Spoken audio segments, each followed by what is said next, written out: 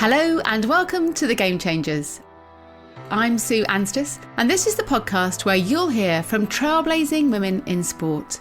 What can we learn from their journeys as we explore some of the key issues around equality in sport and beyond? I'd like to start with a big thank you to our partners Sport England, who support The Game Changers through a National Lottery Award.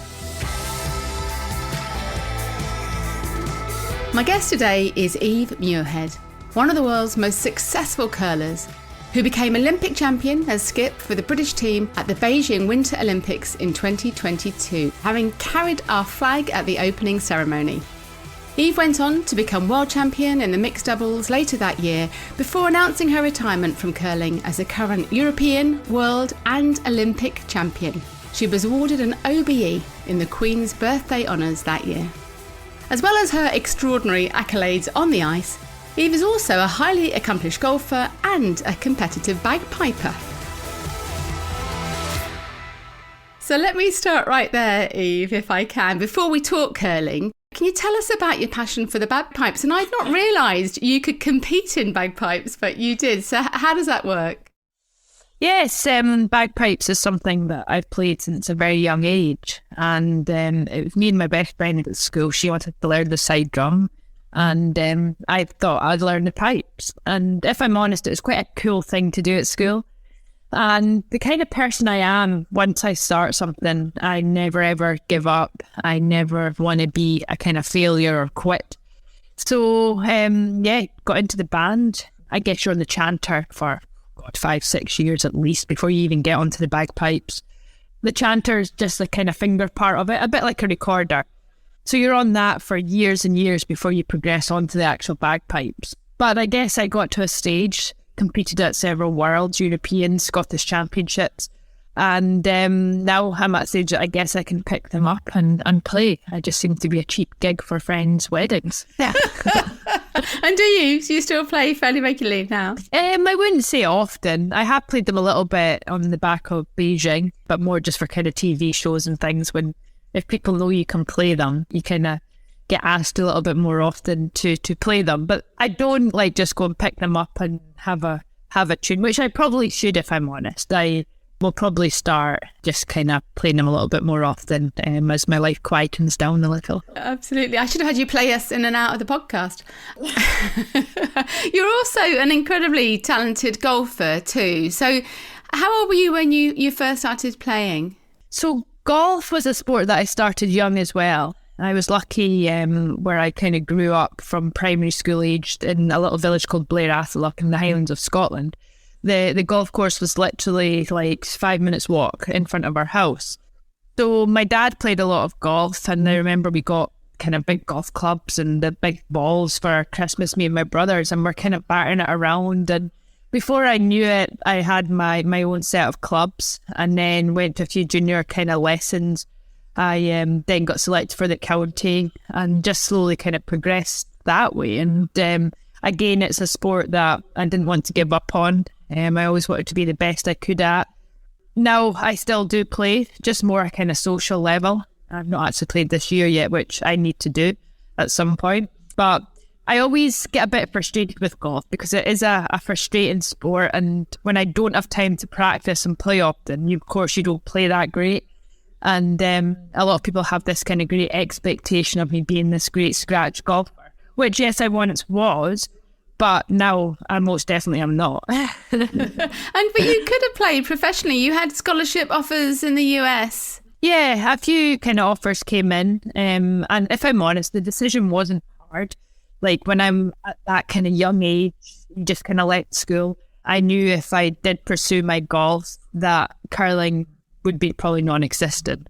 I also, the thought of kind of moving to another country, the thought of only a handful of golfers make it to the very top. As much as, the very top ones, it's a great life, but for the others, it's pretty tough. So I know I made the right decision. Well, to be honest, I never know if I did make the right decision, but I'm pretty sure I did. And was that family supporting you in that at the time? Because that's a big decision to make as a teenage, 18, 19-year-old. Yeah, I was very lucky in my younger years that my family, they were very, very supportive. And What I'm very grateful for was my family were never kind of pushy parents. Like, not once did they push me into doing something that I didn't want to do.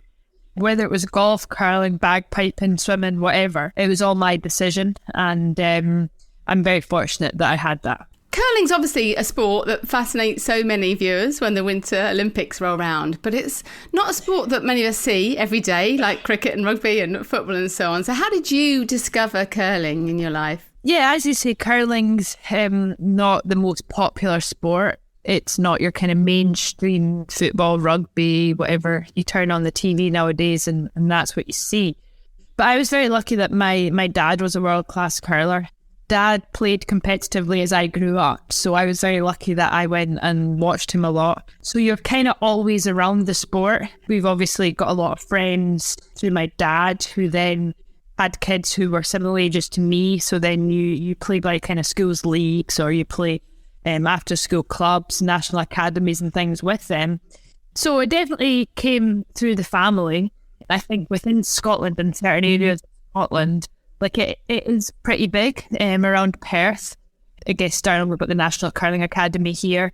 But I would love to grow the sport even more, because the back of the Olympic Games once every 4 years, we tend to get this massive urge of people wanting to give it a go, think they know everything about curling, and so on, watched every game throughout the games. So if we can try and capitalize on that and hopefully get it a more all year viewing sport, get it a little bit more mainstream with TV, that would be great. And is it just, you mentioned that kind of prevalence in Scotland, has that always been the case? Have there been pockets around the rest of the UK that it's played, or has it always been very much a Scottish sport? Yeah, I would say definitely just a Scottish sport.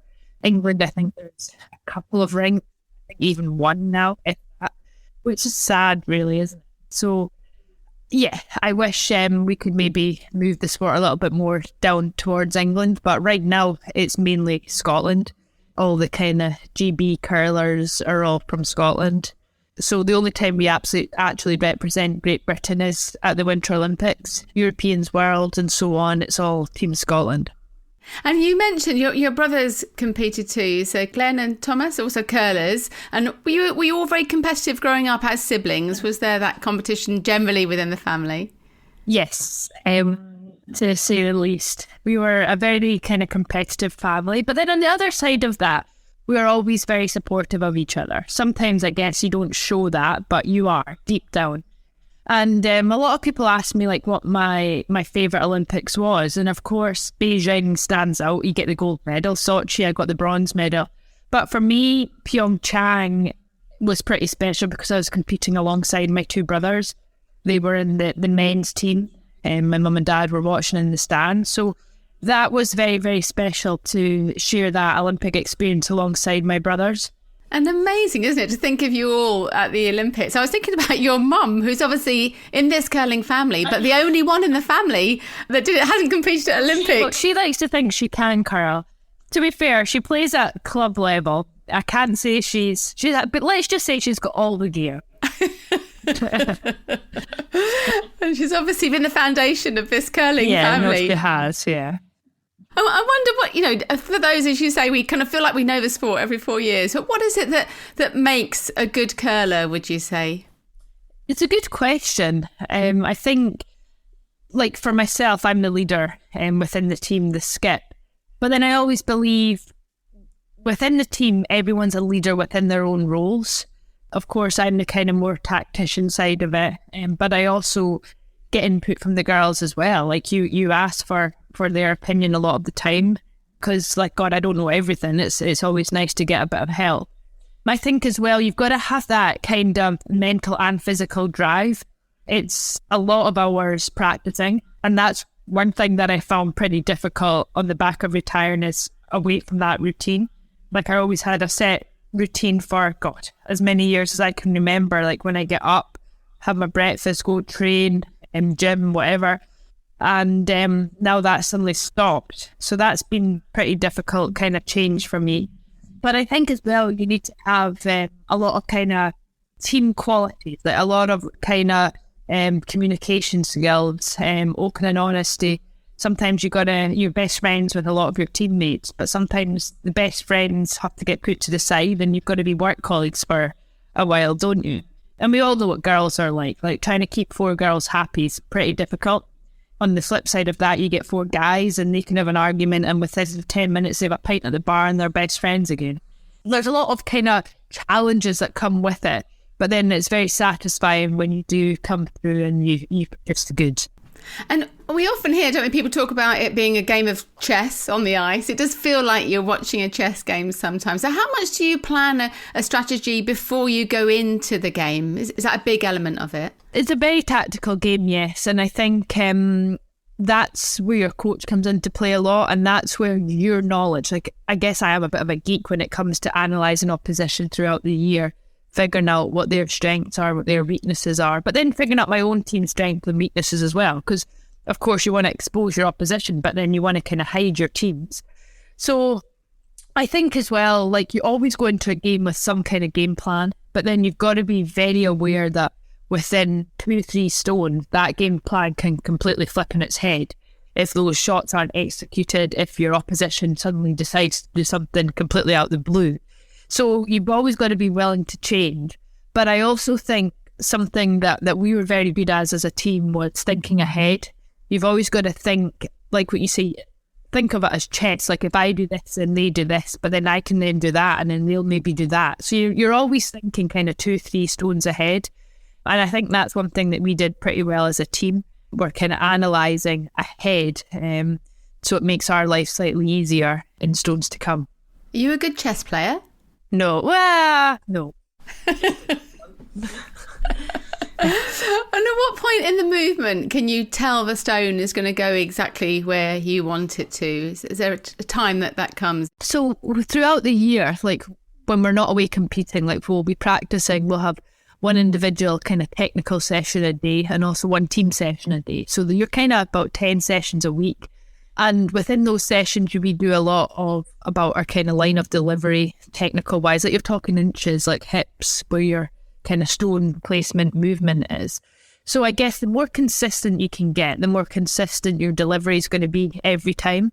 And for me, as the skip watching my team, I know, or I did know their deliveries inside out. Everyone has their own tendencies, what they're going to do. So I know this player needs slightly more ice, this player needs slightly less ice. And but then you've got the external factor of the ice conditions. Some ice curls 6 foot, some ice curls 2 foot. Some ice can be pretty fast, some can be very slow. So it's up to you to kind of try and figure that out. And then it's the supers communication as well, communicating to me the skip, the speed of the stone, whether they think they need to sweep it, then I communicate the line to them. So it's all very kind of clockwork within that. And 9 times out of 10, when the thrower lets go of the stone, you've got a rough idea where it's going to end up, and you've got a rough idea whether you need to sweep it or not sweep it. Do you feel it? Is there something you can feel when I was thinking about how when you hit a beautiful tennis shot or something, is there a moment as you release it where you know? Yeah, usually. And I think as well, if you're very confident within the conditions, you're usually pretty confident that you're going to make the shot. Sometimes when you're guessing, you know what it's like. Let's say you've got a putt in golf or something, and you just don't know. It might just swing a little bit from left to right. It might straighten out a bit, and you just don't know. But if you're very confident knowing, right, it's 1 cup to the right hand side here, and you know the pace, then you're going to make it 9 times out of 10. And it's very similar within curling. If you have full control over your shot and know exactly what you think it's going to do, your confidence is high and you're probably going to make the shot. You had really early success in curling, winning World Junior Championships at just 17. So how did that feel at the time? Yeah, I remember my first World Juniors. It was Eveleth in USA, and I was just young back then. I even remember taking cans of Iron Brew in my suitcase. That's how young and how, I guess, immature I was back then. But I guess that taste of success at such a young age kind of put me in good stead moving forward. I then went on to win another 3 World Juniors, I think. And I actually missed one because of the Vancouver Olympics, or it could have been 5. But what I did, I played a lot of senior curling when I was still a junior. So that probably made my transition a little easier. And I think nowadays we see so many juniors stop curling after their junior days. So junior for curling is under 21. Kind of finish their junior career, it's maybe a bit of a two-step, like it's quite a high step up to go into the ladies' ranks, and we kind of see people disappear, which is sad. So what I am very fortunate what I did, I played a lot of ladies curling still as a junior, one being, I guess, the Vancouver Olympics. So I found that transition a little easier than others. But I remember when I first played ladies as a junior, I was getting thumped off the ice. But that's how you learn, isn't it? I always believe that like you learn from the losses. And I also know for a fact I've probably lost a lot more games than what I've won throughout my career. And sometimes it's those kind of thumpings that you need to drive you forward. Absolutely. It's an important message there, isn't it, generally? And you've mentioned the popularity of curling across Scotland, but how was the sport regarded by your school friends as you were a kind of teenager growing up, and your success then? It wasn't a cool thing to do, if I'm perfectly honest. I would say golf was even a less cool thing to do. And I'm very, very glad that I did stick it. And there was times that I thought, no, I'm kind of going to go with my friends. I'm going to not be the sporty girl. I'm going to go and get the train to Perth and hang around the streets and whatever you do, I don't know. So yeah, like curling, there was times that I guess even throughout PE, like I probably lied to say I forgot my PE kit because it wasn't a cool thing to do. I would tell people I had to leave class 15 minutes earlier because I was away to curl. I'd probably have an appointment or something. Of course, my teacher knew. But I'm just so glad that I kind of stuck it out. And it's something that now I'm very passionate about sharing is it is cool to be sweaty. It is cool to be sporty. And I'd like to think more kids are getting involved in sport, and especially at kind of school level. I was very lucky that there actually was curling as part of PE, very occasionally, but we could have done it at my school, so I loved that. So yeah, like it wasn't a cool thing to do. Hopefully now it's not quite got that kind of same image now that we've got a bit of success, and like when you see people win the Olympics, hopefully that kind of spurs a lot of people on as well. Yeah, absolutely. And you mentioned that in those World Junior Curling Championships, you went on to win that tournament four times, and you were skip or captain, I think, for 3 of those. So can you tell us a bit more about what it means to be a skip in curling? Because it does feel like it's different and perhaps more significant, a different role to other sports. If I'm honest, it's quite a lonely position. As much as it's a team sport, you're on your own for a lot of the time. Of course, you're the kind of tactician out there. You're one that makes probably the final decision. You're one that maybe is kind of lent on a lot by your teammates for advice. A lot of honesty involved. But like what I said earlier, I think I've got my set leadership skill, but then they also have their set leadership skills within their role. And obviously, and unfortunately, success, like it's not linear. So there is always going to be kind of down after wins. There's also going to be wins after losses. So it's kind of finding that consistency, but it's also learning the ins and outs within your team. Of course, you want to get the best out of your team. So you need to figure out what's best to say to them when they make shots, when they miss shots, to get them out of holes, to keep them playing great. And that all comes with experience, with playing with them, with figuring out their qualities. And it's not just a case, right, here's 4 people, go and win a tournament. Like there's a lot within a team that needs to be figured out to get success. And what do you think made you a good skip, suited to that role? I think I'm very determined. I honestly probably couldn't tell you one training session I missed throughout my career. I would probably do a lot more than what was necessary. I put together a gym at my house here during lockdown, and I trained very, very hard. I did extra sessions, not even just through lockdown, like throughout my career. I probably still do now, but that's just me. Like I always want to be the best. I don't like being seen as like a failure. I know my competitors are training hard, so I want to stay one step ahead of them. And I'd like to think I am a little bit of a kind of role model when it comes to being the captain within a team. Hopefully it helped them train hard, it helped them figure out what they need to ask for help if they do, what they need to do better. And when it all comes together, it's quite satisfying. And have you changed? You've obviously continued in that role over a long period, right through to the Olympic gold. So have you changed as a skip over those years? Yes, I would say I definitely have.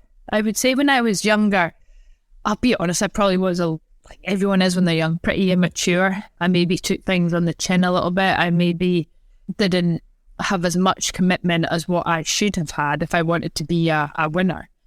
So over the years, I've had plenty of times that I've had a bit of a kick up the butt that I've needed to be better, to train harder, to practice more. And sometimes it's just that kind of wake-up call you need. And for me, I guess in the Vancouver Olympics, coming away with, I think it was about 7th place, I came away and I don't want to be 7th at the Olympic Games. Like, I was surrounded by medal winners. I remember going through security after we were out of the game, and there was people going through with their medals, and I'm thinking, God, I would love a medal. Like, what do I do to get one of them? So that's what was a bit of a kind of wake-up call. I came back after those games. I was lucky enough to go down to the London 2012 Summer Games just as a spectator, and I saw all these kind of athletes, the kind of Jess Ennises, the Adam Peaties, all these guys like with their medals, and I'm thinking, God, I want that. I want to be one of those GB athletes that are successful. So yeah, I came back, I trained a lot harder, I practiced a lot harder, and I just became a lot more focused. I don't really like the word sacrifice. I didn't really make sacrifices. It was a choice that I made, and it was choices to say no to a lot of things, and just focus on me being a much better athlete. And we mentioned, didn't we, you've had success at World and European Championships over the years, winning golds and silvers and bronzes and so on. But it is only really the Winter Olympics where nationally we tend to wake up to curling. Is there more television coverage for those championships in Scotland throughout the year? Yeah, I'm actually, 2 weeks ago, I was down in London commentating on the World Men's Curling Championship the week before the World Women's Championship, and that was all on Eurosport and Discovery Plus. And of course, a lot of people don't really know that, and it's not mainstream 24/7, like knowing the Olympics. When we wake up, we put on the TV and, oh, there's the curling. But it's great that we've at least got some coverage, but it's kind of getting that out there that there is coverage. It's always going to be very hard to match the Olympics. Like, it's just fact. The Olympics is one of those multi-sport discipline events that just captures the nation, not just for curling, but you've got people love watching the skiing, the skeleton, bobsleigh, like you name it, like people are hooked to it. And we're very lucky within curling. We run from the start of the games to the end of the games, more or less. So we get a lot of TV coverage. Yeah, absolutely. And we know how much the public love the sport. And you, personally, you won 3rd place at the BBC Sports Personality of the Year last year. So how did that feel? Very, very surreal, if I'm perfectly honest. When I got the phone call to say I was nominated as top 6, even that to me was a shock. I was thinking, God, I'm around athletics, snooker, cricket, gymnastics, and the sport of curling. So yeah, to even be top 6 was great. And then on the night, to be in the top 3 was even more incredible. Yeah, it was great to know that I had so many, I guess, fans and people around Britain that voted for me. And that's definitely a night that I'm definitely going to remember for a long, long time. That's lovely, yeah. And lovely for the family as well, I'm sure, too. It's been wonderful to hear so much about your success at Beijing, but the route into the Games was more complicated, I think, and it tells us a lot about your character, too. I realised I think we both had hip surgery in 2018. Really? Yeah, tell us about yours and what happened there. Yeah, so I was kind of fighting with a lot of hip pain for quite a few years, and me being the kind of competitor I am, like, I didn't want to stop. I didn't want to show I was a failure. I didn't want to show I was in pain. And on the back of the Pyeongchang Olympics in 2018, that's when I decided it was time to have surgery, which I needed. And of course, there's times in the back of the surgery that you're kind of lying on the hospital bed and you wonder whether I'm ever going to step on the ice again. And I'm very thankful for everyone who was kind of part of that road to recovery. I hit my rehab very, very hard. As much as it's very boring, if I see a miniband ever again in my life, I will. But it's part of it, and it's what got me back out curling. I'm glad I did get it because I knew I needed it, and touch wood, since I've stopped, I haven't really had any hip issues. And then even when you came back after 2018 and the hip surgery and so on, it wasn't plain sailing for qualification. So can you tell us what happened at the World Championships in Calgary? Yeah, so because the Worlds in 2 years prior to the Olympic Games was postponed or cancelled because of COVID, it was just the World Championships prior to the Games that was the qualifying for Beijing to qualify Team Great Britain a spot. And we went out to Calgary as a team, and we knew we had to finish top 6 to secure a spot for Team GB. We were in a bubble, isolated in our room, 5.5 weeks on our own, and we were allowed outside for 15 minutes a day to kind of walk around the car park.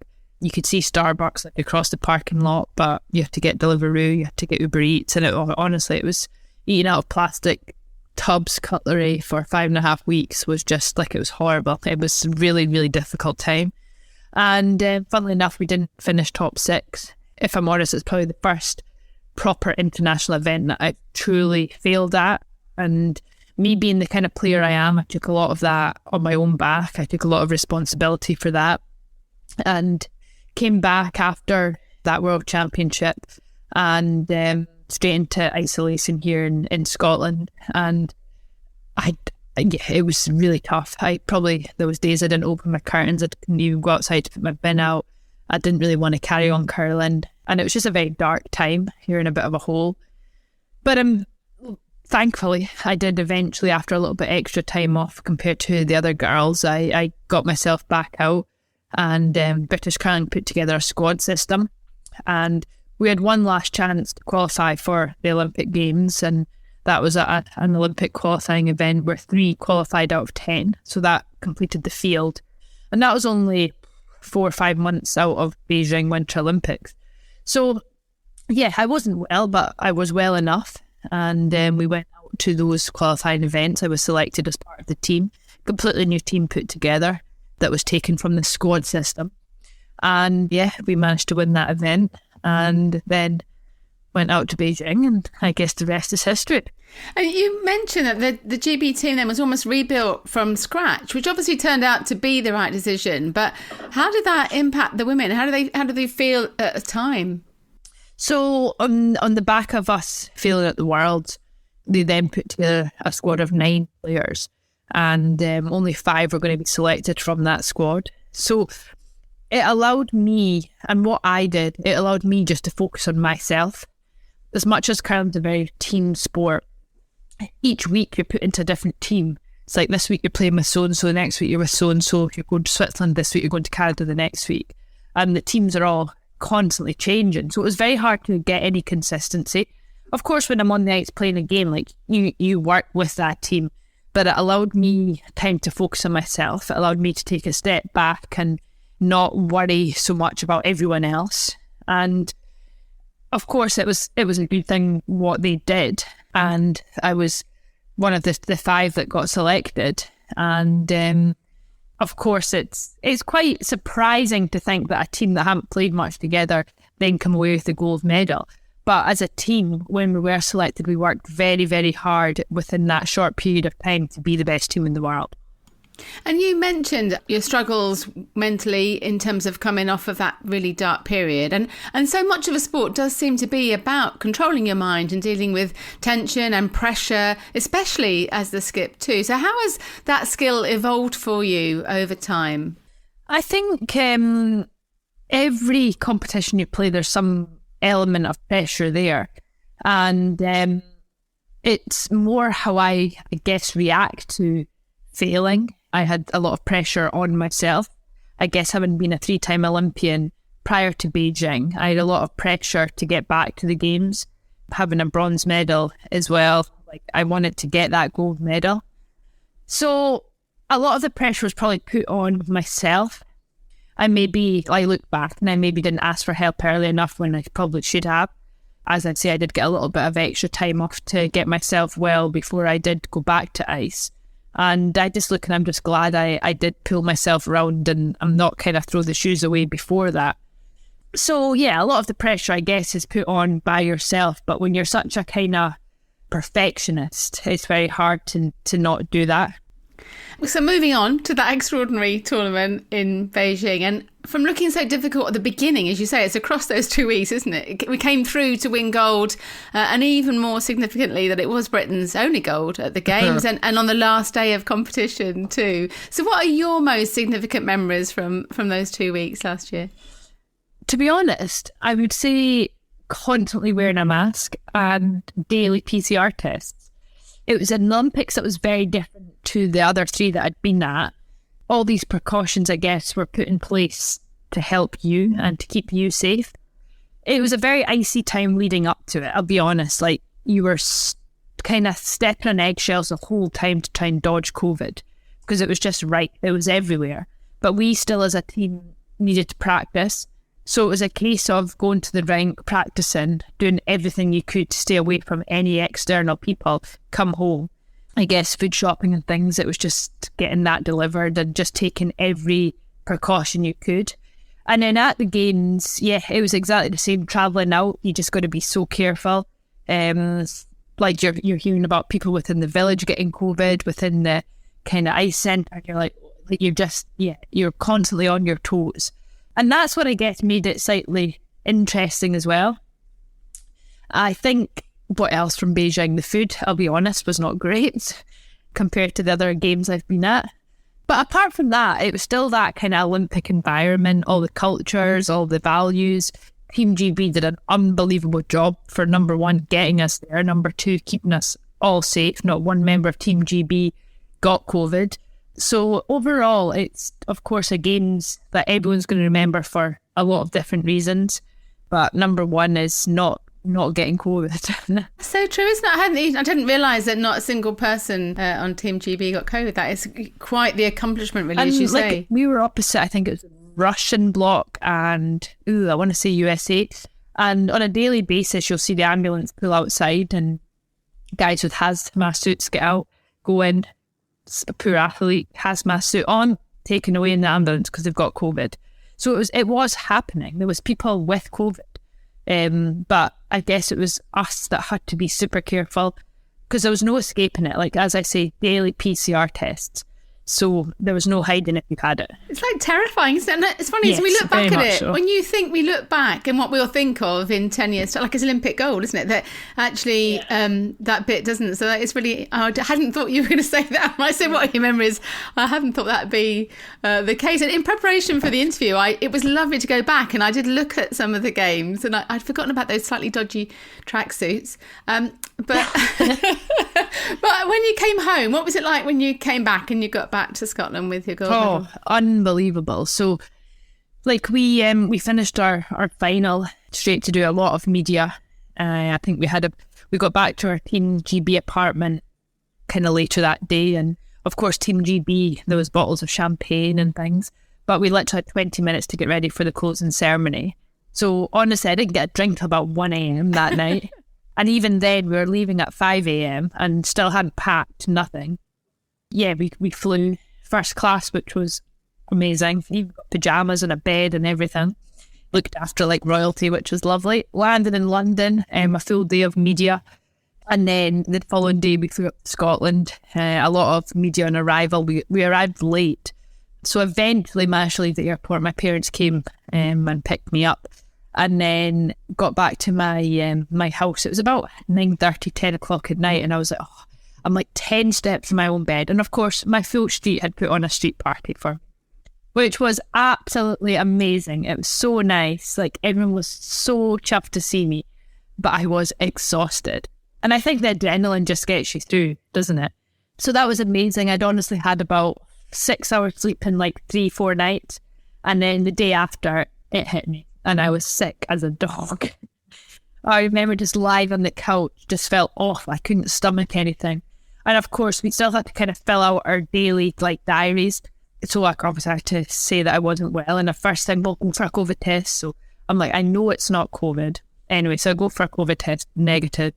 And the doc's like, just get some Coke and crisps and lie on the couch. So that's exactly what I did. I love that. A good medication there as well too. Yeah. And obviously you then retired later that year. So what are you most enjoying now about not curling competitively? You mentioned some of the things that, the training and the sort of regimen of a regular day, but what are the positive sides? To be honest, like retiring never really crossed my mind at any point during the games, even for the month or so after the games. And what kind of triggered me was we got closer and closer to the following pre-season, and the thought of going back curling on ice every day just did not appeal to me at all. It actually scared me. So yeah, one morning I woke up and I thought, like, it's time to knock it on the head. I've achieved everything I can within the sport. I'm finishing European, World, Olympic champion. Why not finish now? So that's exactly what I did. And I guess now, like, I didn't retire to sit at home and like twiddle my thumbs. Like, I want to keep busy, and I've done that. And like, as I say, I'm doing a lot of commentating for the curling. I'm working with a lot of different brands. I'm experimenting what I enjoy doing. I guess just experiencing a life away from full-time sport, because it's amazing there is actually a life there. But also working a lot with the British Olympic Association. I was very honoured to be asked to be chef de mission at the Youth Games in January. So that's a challenge, but a challenge that I'm really, really enjoying. Very different for me, but it's probably what I need to experience what it's like kind of being on the other side. And like a whole new respect for the kind of organisers, the producers, the kind of people that deal with events and what goes on behind the scenes, whether it's commentary, Team GB, whatever, because as an athlete, you're totally oblivious to it all. And now I realise what it's like on the other side of the fence. How excited are you to be able to support those young athletes who find themselves, just like you were, at kind of 17, or youngsters coming into the sport? Really excited, if I'm honest. Funny for me to say this because I'm always about winning, but it isn't about the medals. I think for the guys at the Youth Games, it's all about experience, learning the culture, learning the values. And I think most importantly, it's learning what it's like at a multi-sport discipline event, because a lot of them would never have been on before. For me, the Olympics is the only event that I've been at that is a multidiscipline event. You've got skating going on here, you've got curling going on here, and you've got skiing going on the mountains, and the list goes on. So it's all about figuring out how to stay focused within your sport, but then it's also about keeping in touch with people. It's about learning, it's about making friends. So I'm very, very excited to be part of that and leading Team GB and the rest of the Team GB HQ team as well. And where is it? It's in Gangwon in Korea in 2024 in January. So a bit of time yet, but it'll come around quick. Excellent. That's really good, isn't it? And clearly you've always been, as you've mentioned, quite focused and competitive. You're in your early 30s. So how are you going to replace that adrenaline in your life and excitement, do you think? Well, I always need like a challenge. I always need something to look forward to. And stupidly, I'm doing the marathon, the London Marathon, that's come around very, very quickly. So like that's kind of kept me pretty focused throughout the winter. Like there's days you wake up and you're like, God, I don't want to train today, but I do. And again, I don't think I've missed one session. I'm very lucky. I've got Steve Cram. I'm good friends with him, so he's helping me. He's helping me for throughout the year leading into the marathon. Fantastic. And you're raising money for the Doddy Weir Foundation. Yeah. So I'm also raising money for My Name's Doddy charity. I'm an ambassador for them, and I'm very passionate about finding a cure and raising awareness for motor neuron. Hopefully we will find that cure. So yeah, the marathon's coming up, fighting a little bit of an injury, which isn't ideal. So yeah, it's all about, I guess, the adrenaline getting me through the day, and I'll be very glad when I get what's happened, let me tell you. And are you still taking part in curling? Because one of the questions was, how does it feel to be down and commentating as you were for the World Championships? But is it possible to still keep taking part in a more relaxed sense when you're not competing at that level? Yeah, so there's still kind of club level curling that I play with my family.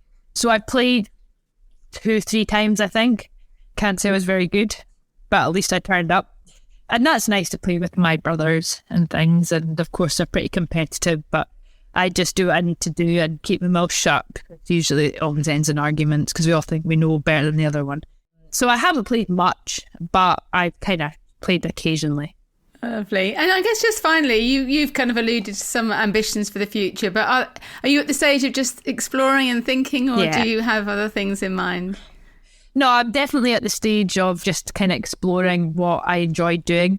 I love to kind of keep the sport out there, keep pushing it forward, try and get more people involved within curling. And I think the main thing right now is trying to keep the rinks open. Of course, energy prices are through the roof, and that's causing a lot of problems for ice rinks. But yeah, just realising there is a life away from being an athlete, having different opportunities within different kind of, whether it's sport, business, I don't know. But keeping busy, and I don't know what the next challenge will be after the marathon, but no doubt there'll be something. So yeah, just enjoying life really.